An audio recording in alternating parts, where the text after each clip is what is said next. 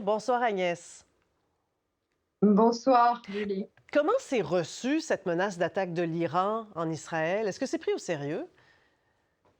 Ah oui, tout à fait, c'est très sérieux. En tous les cas, c'est ce que disent évidemment les autorités locales ici. Écoutez, les gens se préparent, ils continuent évidemment à vivre normalement, mais les gens sont conscients qu'il ne faut pas trop s'éloigner d'un abri.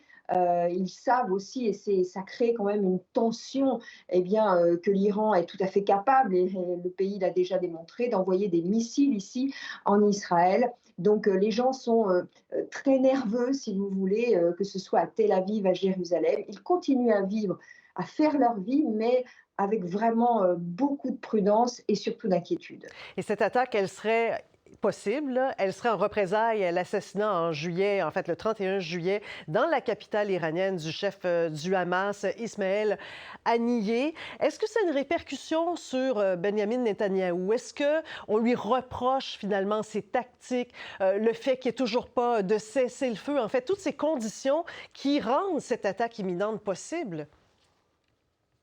Écoutez, la population israélienne est partagée parce que une grande partie qui continue de soutenir Benjamin Netanyahou trouve que l'assassinat d'Ismaël Haniyeh était entre guillemets légitime, hein, pour les Israéliens après le massacre du 7 octobre.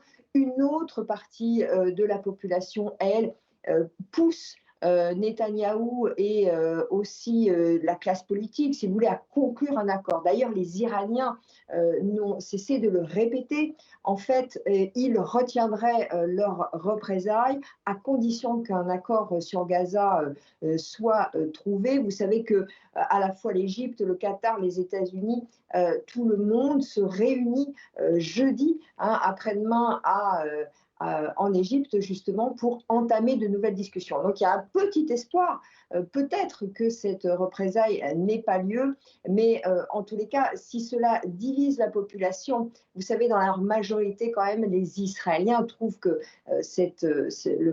l'assassinat ciblé de Ismaël Haniyeh était légitime.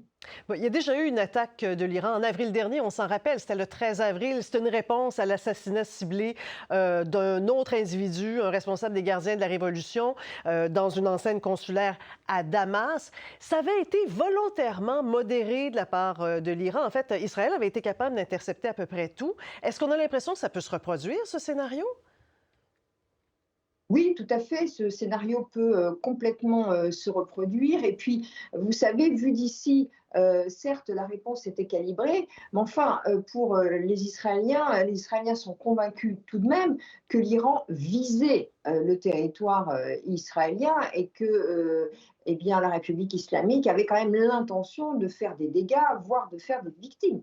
Donc, c'est maîtrisé jusqu'à ce que ça ne le soit plus, n'est-ce pas et ça peut effectivement déclencher une guerre régionale. Donc la crainte aussi de la population, c'est une intrusion des forces du Hezbollah depuis le Liban sur le territoire israélien. Ça serait, et c'est dans la tête, hein, ici, de tous les Israéliens. Ils redoutent avant tout que le Hezbollah imite le Hamas et pourquoi pas vienne en territoire israélien. Vous savez, le Hezbollah qui a tué 12 enfants israéliens récemment dans le nord. Donc la menace n'est pas à prendre à la légère, évidemment. Oui, et puis tout récemment, hein, dans les dernières heures, 2 roquettes tirées sur Tel Aviv. Le Hamas revendique d'ailleurs ces tirs-là. Ça faisait quoi, 2 mois, je pense, qu'on n'avait pas eu des tirs de la sorte.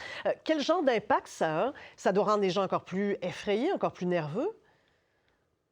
Oui, effectivement, cette menace du Hamas, de toute façon, n'est pas éliminée. Les Israéliens le savent et ils vivent avec.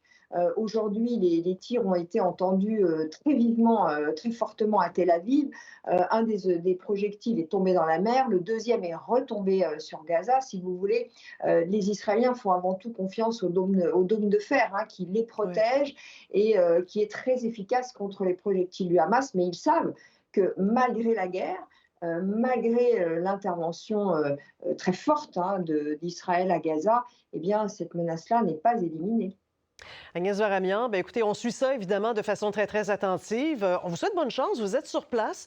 Il y a des risques, on le sait très bien. Vous êtes une femme courageuse. Merci pour l'entrevue. Merci beaucoup, Julie. Au revoir.